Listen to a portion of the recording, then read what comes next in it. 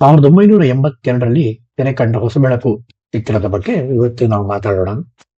ಒಂದು ಇಂಟ್ರೆಸ್ಟಿಂಗ್ ವಿಷಯ ಏನು ಅಂದ್ರೆ, ಈ ಚಿತ್ರಮಂದಿರದಲ್ಲಿ ಓಡ್ತಿದ್ದಾಗ್ಲೇನೆ ಅಣ್ಣ ಅವರು ಗೋಕಾಕ್ ಚಳವಳಿಯಲ್ಲಿ ಸಕ್ರಿಯರಾದರು. ಅವರ ಚಿತ್ರಕ್ಕೆ ಇದರಿಂದ ಹೊಡೆತ ಬೀಳುತ್ತೆ ಅಂತ ತುಂಬಾ ಜನ ಅನ್ಕೊಂಡು ಹೋರಾಟಗಳಿಗೆ ಹೋಗಲ್ಲ. ಆದ್ರೆ ನನ್ನ ಚಿತ್ರಕ್ಕಿಂತ ನನ್ನ ನಾಡು ನುಡಿ ಅದಕ್ಕಾಗಿ ನಡೀತಿರೋ ಹೋರಾಟ ದೊಡ್ಡದು ಅಂತ ಅಣ್ಣ ಅವರು ಗೋಕಾಕ್ ಚಳುವಳಿಯಲ್ಲಿ ಈ ಚಿತ್ರದ ಕಲೆಕ್ಷನ್ ಬಗ್ಗೆ ತಲೆ ಕೆಡಿಸ್ಕೊಳ್ಳದೆ ತುಂಬಾ ಸಕ್ರಿಯರಾಗ್ತಾರೆ. ಗೋಕಾಕ್ ಚಳುವಳಿ ಹಿಟ್ ಆಗುತ್ತೆ. ಈ ಮೂಲಕ ಗೋಕಾಕ್ ಚಳುವಳಿಯ ಯಶಸ್ಸು ಕೂಡ ಕನ್ನಡಿಗರ ಪಾಲಿಗೆ ಒಂಥರ ಹೊಸ ಬೆಳಕು ಅಂತಾನೆ ಅನ್ಬೋದು. ಈ ಚಿತ್ರ ವಾಣಿಯವರ ಹೊಸ ಬೆಳಕು ಕಾದಂಬರಿ ಆಧಾರಿತ ಚಿತ್ರ. ಈ ಕಾದಂಬರಿನ ಪಾರ್ವತಮ್ಮ ಅವ್ರು ಓದ್ಬಿಟ್ಟು ಜಿ ಉದಯಶಂಕರ್ ಅವ್ರಿಗೆ ಇದನ್ನ ಅಣ್ಣ ಅವ್ರಿಗೋಸ್ಕರ ಕತೆ ಮಾಡಿ ಅಂತ ಕೊಡ್ತಾರೆ. ಜಿ ಉದಯಶಂಕರ್ ಅವರು ಈ ಕಾದಂಬರಿ ಓದ್ಬಿಟ್ಟು ಈ ಚಿತ್ರದಲ್ಲಿ ಅಣ್ಣ ಅವ್ರಿಗೆ ಸೂಟಬಲ್ ಆಗುವಷ್ಟು ಸ್ಕೋಪ್ ಇಲ್ಲ, ಆ ಪಾತ್ರಕ್ಕೆ ಕಷ್ಟ ಮಾಡೋದು ಅಂತ ಹೇಳ್ತಾರಂತೆ. ಆಗ ಪಾರ್ವತಮ್ಮ ಅವ್ರು ಹೇಳ್ತಾರಂತೆ, ಮಲತಾಯಿ ಧೋರಣೆಗೆ ಒಳಗಾಗಿರೋ ಒಂದು ಹೆಣ್ಣಿಗೆ ಇವನು ಬಾಳ ಕೊಡ್ತಾನೆ, ಅದೊಂದೇ ಎಳೆ ಆದ್ರೂ ಕೂಡ ಅದ್ರ ಸುತ್ತ ಕತೆ ಮಾಡಿ ಬಹಳ ಇಷ್ಟ ಆಗಿದೆ ಈ ಕತೆ. ರಾಜ್ಕುಮಾರ್ಗೆ ತಕ್ಕ ಹಾಗೆ ನೀವು ಕಥೆನ ಬದಲಾಯಿಸ್ಕೊಳ್ಳಿ, ಅದೊಂದು ಎಳೆ ಇಟ್ಕೊಂಡು ಹೇಗ್ ಕತೆ ಬರೀತಾರೋ ಬರೀರಿ ಅಂತ ಹೇಳ್ತಾರೆ.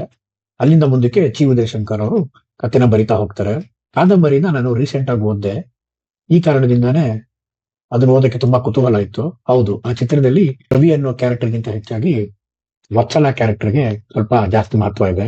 ಆ ಕಾದಂಬರಿಲಿ ಅಶ್ವಥ್ ಅವ್ರು ಯಾಕೆ ಎರಡನೇ ಮದುವೆ ಆದ್ರು, ಮೊದಲನೇ ಹೆಂಡತಿಗೆ ಏನಾಗಿತ್ತು ಅನ್ನೋ ಡೀಟೇಲ್ಸ್ ಎಲ್ಲ ಇದೆ. ಆ ಕಾದಂಬರಿಲಿ ಅಕ್ಕನ ಮಗಳನ್ನ ರಾಜ್ಕುಮಾರ್ ಮದುವೆ ಮಾಡ್ಕೋಬೇಕು ಅಂತ ಇರೋದಿಲ್ಲ. ಅವ್ರ ಅಕ್ಕನ ಮಗಳು ತುಂಬಾ ಚಿಕ್ಕೋಳಿರ್ತಾಳೆ, ಆದ್ರೆ ಅವಳು ವತ್ಸಲನ್ ಜೊತೆ ಬೆಳೆದಿರ್ತಾಳೆ, ವತ್ಸಲಾನೇ ಅವಳನ್ನ ನೋಡ್ಕೋತಿರ್ತಾಳೆ. ಪುನೀತ್ ಕ್ಯಾರೆಕ್ಟರ್ ಇಲ್ವೇ ಇಲ್ಲ. ಪುನೀತ್ ಕ್ಯಾರೆಕ್ಟರ್ ಜಿ ಉದಯಶಂಕರ್ ಅವರು ಅಕ್ಕನ ಎರಡನೇ ಮಗನ ಪಾತ್ರ ತರ ತೋರಿಸಿದ್ದಾರೆ. ಅಂಡ್ ಪುನೀತ್ ಈ ಚಿತ್ರದಲ್ಲಿ ತುಂಬಾ ಮನೋಜ್ಞವಾಗಿ ಅಭಿನಯಿಸಿದ್ದಾರೆ.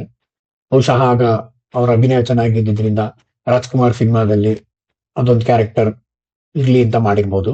ಅಂಡ್ ಅದು ತುಂಬಾ ಚೆನ್ನಾಗಿ ವರ್ಕೌಟ್ ಆಗಿದೆ ಈ ಸಿನಿಮಾಲಿ.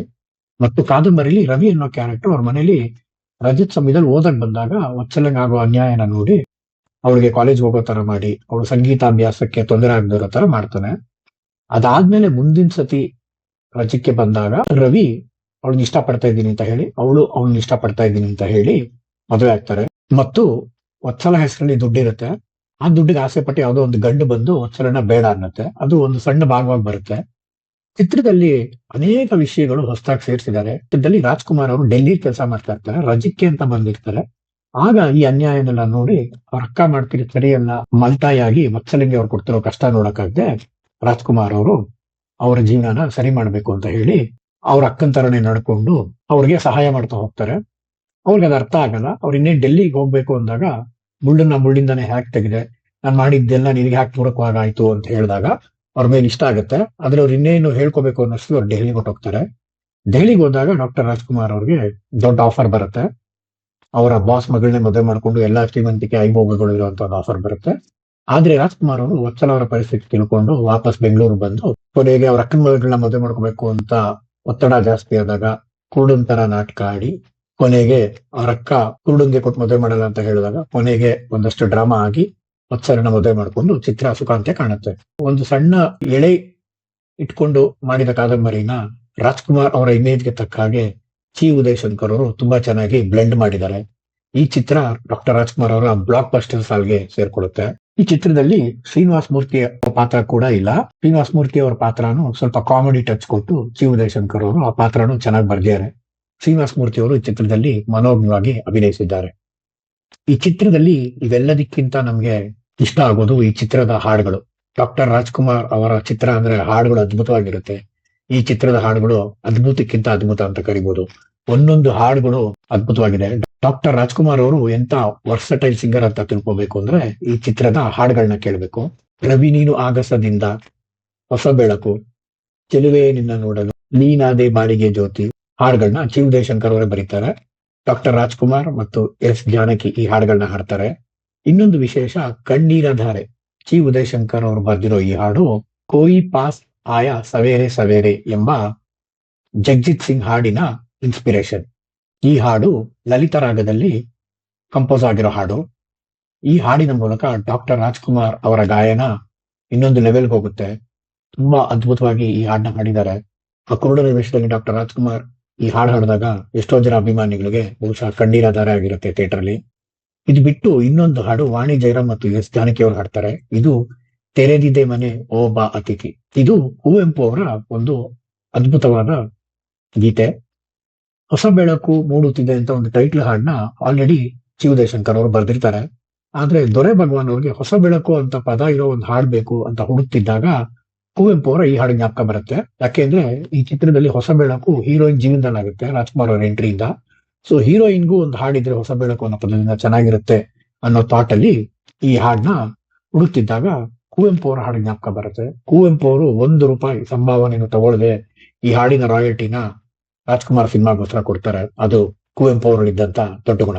ಈ ಚಿತ್ರದ ಸಿನಿಮಾಟೋಗ್ರಫಿ ತುಂಬಾ ಚೆನ್ನಾಗಿದೆ. ಈ ಚಿತ್ರದ ಛಾಯಾಗ್ರಾಹಕರು PC ಗೌರಿಶಂಕರ್. ಎಲ್ರಿಗೂ ಗೊತ್ತಿರೋ ಹಾಗೆ ಅವರು ನಮ್ಮ ಕನ್ನಡದ ರಕ್ಷಿತಾ ಅವರ ತಂದೆ. ಈ ಚಿತ್ರದಲ್ಲಿ ಇನ್ನೂ ಹಲವಾರು ಪಾತ್ರಗಳಿದೆ. ವತ್ಸಲ ಆಗಿ ಸರಿತಾ ಅವರ ಅಭಿನಯ ಅದ್ಭುತವಾಗಿದೆ. ಅವರು ಮತ್ತೆ ಡಾಕ್ಟರ್ ರಾಜ್ಕುಮಾರ್ ಇಬ್ಬರನ್ನು ತೆರೆ ಮೇಲೆ ನೋಡದೆ ಒಂದು ಖುಷಿ. ಇಬ್ರು ಪೈಪೋಟಿಗೆ ಬಿದ್ದಾಗೆ ನಟಿಸ್ತಾರೆ. ಅಂಡ್ ಇಂಥ ಪಾತ್ರಗಳು ಸರಿತಾ ಅವ್ರಿಗೆ ಹೇಳ್ ಮಾಡಿಸ್ತಾಗಿರುತ್ತೆ. ಮಮತಾರವರು ಲತಾ ಅನ್ನೋ ಪಾತ್ರದಲ್ಲಿ ಮಾಡಿದ್ದಾರೆ. ಸಣ್ಣ ಪಾತ್ರ ಆದ್ರೂ ಅವರು ತುಂಬಾ ಜನಮನ್ನಣೆ ಪರದ ಪಾತ್ರ ಇದು. ಗೋಪಾಲಯ್ಯನವರಾಗಿ KS ಅಶ್ವಥ್ ಅವರು ತುಂಬಾ ಅದ್ಭುತವಾಗಿ ನಟಿಸಿದ್ದಾರೆ. ಪುನೀತ್ ರಾಜ್ಕುಮಾರ್ ಹುಟ್ಟುವಾಗಿ ಯಾರು ಮರೆಯಕ್ಕಾಗಲ್ಲ. ಡಬ್ಬಿಂಗ್ ಜಾನಕಿ ಅವರು ರಾಜರಾಜೇಶ್ವರಿ ಪಾತ್ರನ ತುಂಬಾ ಚೆನ್ನಾಗಿ ಮಾಡಿದ್ದಾರೆ. ಇವರೆಲ್ಲರ ಅಭಿನಯದಿಂದ ಈ ಚಿತ್ರ ತುಂಬಾ ಚೆನ್ನಾಗಿ ಮೂಡಿ ಬಂದಿದೆ. ಈ ಚಿತ್ರದ ಸಂಗೀತಕ್ಕೆ ಬೆಸ್ಟ್ ಮ್ಯೂಸಿಕ್ ಡೈರೆಕ್ಟರ್ ಅನ್ನೋ ಸ್ಟೇಟ್ ಅವಾರ್ಡ್ ನ M ರಂಗಾರಾವ್ ಅವ್ರಿಗೆ ಕೊಡ್ತಾರೆ. ಈ ಚಿತ್ರದಲ್ಲಿ ಇಷ್ಟ ಆಗೋ ಸೀನ್ಗಳು ತುಂಬಾ ಇದೆ. ಅದರಲ್ಲಿ ತುಂಬಾ ಇಂಪ್ಯಾಕ್ಟ್ಫುಲ್ ಆಗಿರೋ ಕೆಲವು ಸೀನ್ಗಳಂದ್ರೆ ಡಾಕ್ಟರ್ ರಾಜ್ಕುಮಾರ್ ಅವರು ಅಶ್ವಥ್ ಅವ್ರಿಗೆ ಕೈಲಾಸಂ ನಾಟಕದಲ್ಲಿ ಒಂದು ಮೀಸೆ ಸಿಚುವೇಶನ್ ಬರುತ್ತೆ. ಅದೇ ತರ ನೀವು ಮೀಸೆ ಬೋಡಿಸ್ಕೊಂಡು ನಮ್ಮ ಅಕ್ಕನ ಮುಂದೆ ಹೋಗಿ ನಿಂತ್ಕೊಳ್ಳಿ ಅಂತ ಹೇಳ್ತಾರೆ. ಅಂದ್ರೆ ಅವ್ರ ಅಕ್ಕನ ಮುಂದೆ ಇವರು ಮನೆಯ ಗಂಡಸಾಗಿ ಯಾವುದೇ ತರದ ಒಂದು ಕಂಟ್ರೋಲ್ ಇರಲ್ಲ ಅನ್ನೋದನ್ನ ತುಂಬಾ ಚೆನ್ನಾಗಿ ಹೇಳಿದ್ದಾರೆ. ಇದ್ಬಿಟ್ಟು ಸರಿತಾ ಅವ್ರ ಮನೇಲಿ ಒಬ್ಬನೇ ಇದ್ದಾಗ ರಾಜ್ಕುಮಾರ್ ಅವ್ರು ಬಂದು ನಮ್ಮ ಅಕ್ಕನ ತರ ನಾನು ನಡ್ಕೊಳ್ದೆ ಇದ್ದಿದ್ರೆ ನೀನ್ ಕಾಲೇಜ್ಗೆ ಹೋಗಕ್ ಆಗ್ತಿರ್ಲಿಲ್ಲ, ನೀನ್ ಇಷ್ಟದಂತೆ ನೀನ್ ಸಂಗೀತಾಭ್ಯಾಸ ಮಾಡಕ್ ಆಗ್ತಿರ್ಲಿಲ್ಲ, ನಾನು ನಿನ್ಗೇನು ಅನ್ಯಾಯ ಮಾಡ್ಲಿಲ್ಲ, ನಿನ್ನ ದನಿ ಹೇಗಿತ್ತು ಕೇಳಬೇಕು ಅಂತ ಇಷ್ಟ ಆಯ್ತು, ತುಂಬಾ ಚೆನ್ನಾಗಿತ್ತು, ನಿನ್ಗೆ ಒಳ್ಳೇದಾಗ್ಲಿ, ಗುಡ್ ಲಕ್ ಅಂತ ವಿಶ್ ಮಾಡೋ ಸೀನ್ಗಳು ನನಗೆ ಪರ್ಸನಲಿ ತುಂಬಾ ಇಷ್ಟ. ಈ ಚಿತ್ರ ಎಷ್ಟು ಸರಿ ನೋಡಿದ್ರು ಬೋರ್ ಆಗಲ್ಲ. ಅಣ್ಣ ಅವರ ಅಭಿನಯ ಅದ್ಭುತವಾಗಿದೆ. ಮತ್ತೊಮ್ಮೆ ಈ ಚಿತ್ರ ಎಲ್ಲ ನೋಡಿ. ಈ ರೀತಿ ಕಂಟೆಂಟ್ ಇಷ್ಟಪಡೋರು ನೀವಾದ್ರೆ ಈ ಚಾನೆಲ್ಗೆ ಸಬ್ಸ್ಕ್ರೈಬ್ ಮಾಡ್ಕೊಳ್ಳಿ, ವಿಡಿಯೋನ ಲೈಕ್ ಮಾಡಿ. ಧನ್ಯವಾದ.